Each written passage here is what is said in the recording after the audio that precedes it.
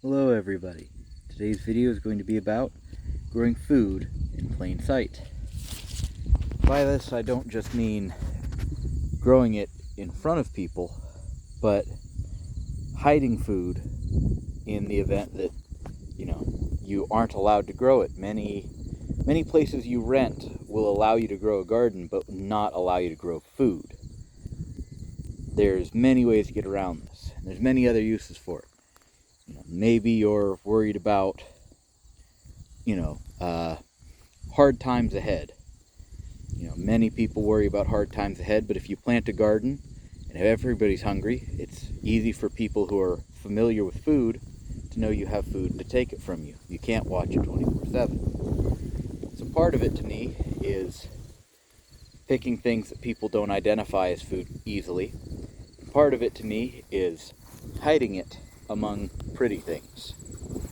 So I'm going to talk about a number of different things. It'll probably be quite a long video, assuming my recording actually holds up. Here's a gummy berry. Nitrogen fixer, silver leaves on the bottom. Looks a lot like an autumn olive, they're close relatives. So a lot of people will never know that's food. Even covered in red berries, there'll be red berries with silver flakes. Something they've never eaten before, they may overlook it entirely. Great nitrogen fixer, super healthy plant. Potatoes are iffy. Not a lot of people know what potato leaves look like, but something people will figure out pretty quick. Potatoes by themselves will stand out. Over here, I have a Kusa dogwood. It's a white flowered dogwood, and it produces small fruits that can be used to be eaten outright or cooked or made into jams, jellies, alcohol. Those will be seen entirely as a ornamental, not as an edible to the average person.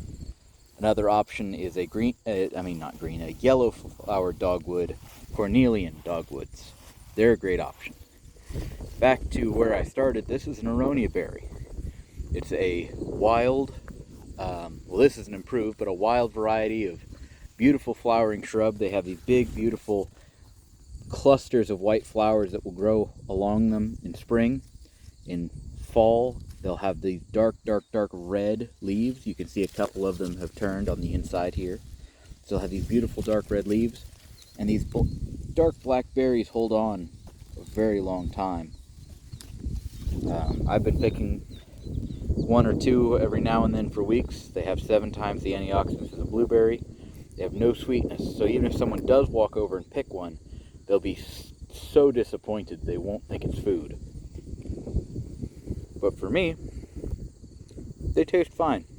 They're not sweet, they're puckery, much better cooked, but they're just fine. Yep. Great option. Right here. Inedible, poisonous, but it is a Baptisia. Nitrogen fixer again. Another one on this side, beautiful nitrogen fixer. This video is about food. Why am I pointing out poisonous things to you? Because people will see that and see it blooming next to this and think it's all ornamental. It keeps people's eyes off of it. In the south, this might not be something that slips past people's view, but here in the north, nobody knows what this is, not by the plant, because they don't really grow it here. It's not a very good crop for this area. And if they really go and investigate it, they're probably going to be much more confused as to why these morning glories look so silly to them. Why do these morning glories look different than others? If you've watched my other videos, you know these are sweet potatoes. I'm in a little bit central, a little bit northern Indiana. Nobody here is growing sweet potatoes regularly. And sweet potatoes come in many different shaped leaves. So very few people are going to know what this is when they see it. So again, food in plain sight. There's a cold hardy yucca. If you're from a desert climate, you might know that yucca are edible. They have a starchy root, which is full of saponins. You have to leach out the saponins. So mainly they're actually grown for the root as a soap, but they do have a lot of functions. And while this one's very scraggly, because I got it out of the garbage, all these little babies shooting up will be much happier and healthier. So easy to propagate, great plant to have, edible. The immature seed pods of fruit are edible. More potatoes growing in and amongst. More potatoes, another aronia. Cutleaf coneflower was the preferred or the most common, at the very least recorded as the #1 salad veg of the Cherokee people. A lot of people, myself included, agree it's probably not that it was their preferred for taste, but it was preferred because they could get a lot of it. It was the #1 as in most used. Asparagus mixed in everywhere. Asparagus, when grown out, as you must do to let it gain energy, just looks like a beautiful fern, very wispy. No one really knows that that's asparagus. Another gummy berry, some walking onions around the base. People may identify them as green onions. Beans are pretty easily identifiable, but again, mixed in, they're less noticeable. Here we have a huge clump of sage. It's hard to hide sage, but in spring it does make a lot of beautiful bluish flowers. So you could pass it off as just being grown ornamentally. As I move over this way, I have a big cluster of potatoes. Again, some people would identify them pretty quickly as potatoes, others wouldn't. There's one of the cornelian dogwoods I mentioned. Comfrey right over here. Comfrey's debatably edible, depending who you ask. A lot of scientists say it's not. As long as there's no fruit on it, nobody really recognizes what a strawberry plant looks like. So those are strawberries. As we move over here, there's skirret. Skirret is a food plant, but it's not used anymore pretty much anywhere. So no one's really going to recognize it as such. Here's a jujube. Jujubes are not really a thing in my area. No one really knows what a jujube is out here. And so, man, I think I just found a huge honeysuckle that got here somehow. Yep, I just pulled up a big honeysuckle, but back to the focus. Jujubes won't be recognized by anyone here. No one's going to recognize them as food. They're just going to see a strange waxy plant. Sweet bay magnolia makes a tea, but people will assume it's an ornamental. Again, by mixing ornamentals in, you make everything less suspicious to the average eye. As we come over here, many of you might recognize and remember my my beautiful beans, my Powhatan tribe rabbit beans, one of my absolute favorite things. I have tons of them everywhere, growing me lots of dry beans to save for next year's seeds and for soups in winter. And it's on a red bud. So while this is just an ornamental red bud to most people, it's still growing me tons of food, even on its first year. Next to it, we have this Moderna fistulosa, wild bee balm. It's quite beautiful, and it's going to be blooming next year, adding more ornamental look. Right there is Jamaican sorrel or Jamaican sour leaf. It's used to make hibiscus tea and things like that. There's another one here. People seeing this will think it's some sort of tropical ornamental, and in a lot of ways it is. But you can eat the leaves, you can eat the flowers, you can eat the calyx is the main thing you're looking for. Again, more asparagus, another jujube. Comfrey, no one's really going to think is food, and I don't really eat it myself. I use it for medicine, and I use it for chop and drop. I just grab these great big leaves, yank or cut them, and I just find an area that looks like it needs a little more mulch and just toss them down. So that stuff's easy to miss. Watermelon. No one here will recognize watermelon leaves, but when you see the fruit on it, it's hard to deny what they're looking at. So watermelon's hard to hide. But here we have beets all in this area. Now these beet leaves can be eaten just like chard. In fact, chard and beet is the same plant. They will even cross-pollinate. You can eat the greens, and you can eat the bulb. Here we have some more beets growing around another larger Coosa dogwood. another yucca. Here we have some purple beans grown around a red bud. And while you can tell they are beans pretty quickly when you see the fruit on them, they do have beautiful blooms, so people may overlook them. Right here, it's not flowering right now, but this is a balloon flower. Yet again, edible, but ornamental. People will look at it and think it's just a flower. And another great example of an edible ornamental. This is Rose of Sharon. Beautiful blooms, but the leaves are edible, the flowers are edible, the buds are edible. It's a very, very good plant to have if you're ever hungry and looking for a salad plant. Right in here, I've recently cleared out a bunch of the weeds and a bunch of the comfrey. The comfrey's coming back. But this is a cherry tree. Cherry tree is pretty obviously food, but because it's not near the road, most people will overlook it. In general, it's all about hiding what you can't deny and planting things to distract. I'm going to step out of my usual food forest for a moment for another good example of a little island that's this way. Here we have some comfrey. Here we have the cut-leaf coneflower, or soshan, which, like I said, #1 salad green of the Cherokee. It's a bumblebee, or a bee of some sort doing some work. It's a little small to be a bumblebee, but beautiful flowers, lots of medicinal uses in and around it. And in the middle there, it's only about this tall, so it's still short, but that's a serviceberry or a juneberry. Absolutely beautiful blooms and covered in purplish fruits that most people will assume are inedible. So, again, hiding in plain sight. Some of it is looking for things that people won't associate as food to begin with. Some of it is growing things that are toxic that help confuse people. They think you're growing flowers. Here's a chestnut. Most Americans no longer know what a chestnut looks like because the chestnut blight killed all of our native ones. But they can be hybridized to be made more resistant.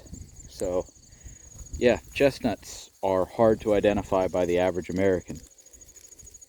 And of course, all of this can be adjusted to where you are. Like I said, people in the South will notice sweet potatoes. They'll know what those are. It's just a much more common thing for them. Same with this plant. This is a Chicago cold hardy fig on its second year. Quite big, quite healthy.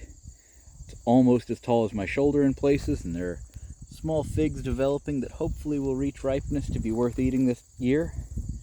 But no one in this area is used to seeing figs because they just don't survive here without specialized care. Even though it says it's a Chicago cold hardy, I have to bury it every single year in mulch or it will die. At least die back to the ground. So, yeah, beautiful plant. Some decent figs starting to form. I'm told to help the figs form, I should break the terminal bud once I see figs develop. So I'll do that real quick on a few spots, but stops it from growing taller. But yeah, despite the fact that figs can grow into absolute monstrous trees, in my environment they won't, so there's no point in trying to let them get tall. So that's food in plain sight. Blueberries might be noticeable by some people here, but we don't have acidic soil, so they're not commonly grown. Again, with the asparagus, here we have some beans.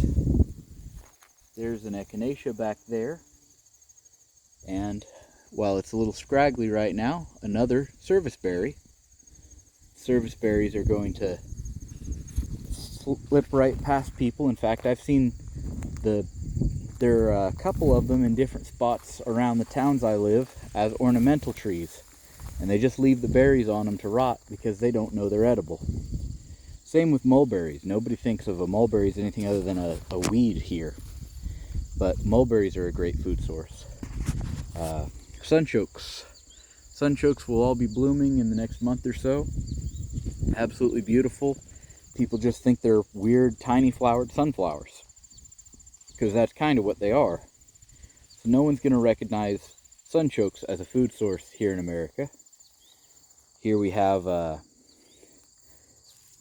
ginger, Myoga ginger. This Myoga ginger is the only cold hardy ginger. It survived winter here. But people looking at this, again, are not going to think food. They're going to think some kind of tropical ornamental.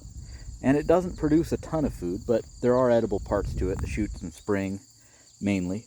Same with hopness, a staple food of the Native Americans in this area, but in the modern day, no one knows much about it, so it will go unnoticed.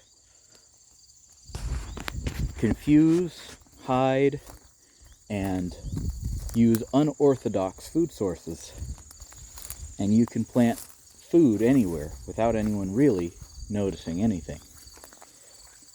Tomatoes are pretty obvious, but cherry tomatoes especially do pretty well just allowing them to crawl along the floor. I don't stake these feral ones that are growing all on their own. So they're just kind of crawling along the floor. So if you had more plants around them, or like in this case, it's more in the middle of the orchard, no one passing by will see these tomatoes. You can hide your tomatoes pretty easily.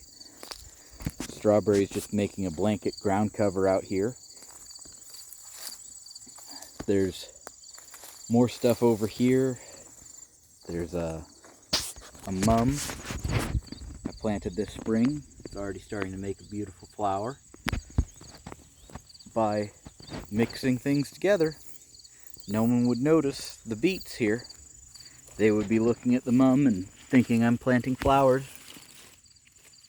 And beets usually have a lot of red to them, so they look quite ornamental. Over here is a gooseberry I just planted today. And more tomatoes hidden in with the mess. There is one cactus in there, prickly pear cactus. This is a eastern prickly pear cactus, incredibly resistant to the cold. I have a larger planting of them back here. I need to weed it sooner or later, but they are very, very tough. In fact, one of the fruits is starting to turn red. It's not quite ripe yet, but it'll be ripe in fall. These are very tough. They clone themselves and propagate themselves quite well. That one has fallen off last winter and has actually rooted into the floor. So I can pull it up as a transplant whenever I feel like it. But yeah, those are edible. You can eat them as a veggie, or you can wait for them to produce fruit. But again, people will only see them as an ornamental. So by planting things that people won't recognize as food, you're able to grow food right under their noses. Another good option is sea kale. This one's kind of covered in this bean over here, but this is sea kale. It's a perennial cousin to kale. It's not really a kale at all. There's a little leaf that's starting to protrude. But by planting those, they send up big flower clusters of white in late spring, mid to late spring. They're really beautiful, and they're perennial, so a lot of people will just assume that they're just decoration. Over here, we've got another one. It's my first year growing it. It's sort of a test. This is yakan, or yakin. Yakan. There's a couple different ways I've heard it pronounced. I hear yakan most often, so I go with that. It looks sort of like a weird sunflower, because it is. It's a weird relative of sunflower. It's got fairly large leaves, and it's producing tubers underground that apparently are very similar to agave in nutrition. They are super sweet, but they are not super digestible of a sugar, so they can be made into a substitute for agave syrup that's easier on glycemic index. So it's another option. There's so many things that you can slip in. You know, here I've got a pear, and once it starts producing pears, it'll be obvious. But in the moment, it's got, cut leaf coneflower again, and mints. A lot of things that can just slip under people's radar. Got more more asparagus, more beans. Again, the beans will stand out once they've got beans on them, but a lot of people won't notice. Haskaps and honeyberries down around the base of this tree. No one really will think of them as anything other than a honeysuckle. They'll think they're ornamental, but they produce little blueberries in spring, late spring. You know, there's just all these different sources of food that are invisible to the average person, either by how I've placed them or by them being something abnormal to the average person. So I hike in here. This looks like a squash vine, but most people growing squash are growing them ornamentally anymore. So people won't assume that you're growing food if you just show them a pretty or an unusual or an ugly squash. But this isn't even a squash. This is a gourd. So if you're growing gourds, people may assume that you're growing them as decorations. For example, there's one of my really perfect looking purple martin gourds. Now some gourds are toxic, some gourds are not. You can't eat any of them when they mature and harden, but a lot of them can be eaten young like a zucchini. So you may select a gourd variety that you can eat as a food source. Again, no one would notice, and gourds are oftentimes covered in very beautiful white flowers at night. So there's another option. Another one back here. It's not flowering much because it's in such heavy shade, but this is buckwheat. You can eat the plant, you can eat the seeds, so it's a good calorie crop potentially. But that's buckwheat, and it's quite beautiful. People would assume it's just a flower. Little visitor off to the side here, praying mantis, watching my crops. So lots and lots of options there. Many things to think about, but I'm sure by now you kind of get the idea. Plant things that people don't expect, plant things that people overlook, plant things in spots that are less noticeable. There are many ways to grow food without being particularly noticed. Now I'm growing things in more obvious ways because I don't have to worry about a lot of it right now. But hopefully this baseline description or this baseline lesson gives you some ideas you can work with. Now I'm going to get into a more dedicated video to this some point in the future, but I would like to eventually talk about guerrilla gardening as a similar option at some point. This is also all that Jamaican sorrel or Jamaican sour leaf. It grows these huge plants where it's given lots of sun, very dark red stems, very ornamental, and taking these young leaves off. Crisp and sour, very sour. I'm trying to think of how to rate it. Sour on level of a green apple for sure. Less sweetness though, just the sourness. Grapes are pretty noticeable. These are grapevines. The tree here died, so I don't have anything to trellis them on right now, so I've planted a replacement. Oh, I've got a thorn in my hand. There we go. But yeah, so I hope it gave you a few ideas. There's many other plants. Some don't grow here, some do, but many plants that you can get away with, essentially. You know, amaranth is a beautiful flower, and people really only plant it for the flowers. This one's not terribly good looking, in my opinion, but amaranth can be grown for its ornamental purposes and its seeds. So, yeah, hopefully I'll give you guys a follow-up in a few weeks to months. I'll talk to you later. Goodbye, everybody.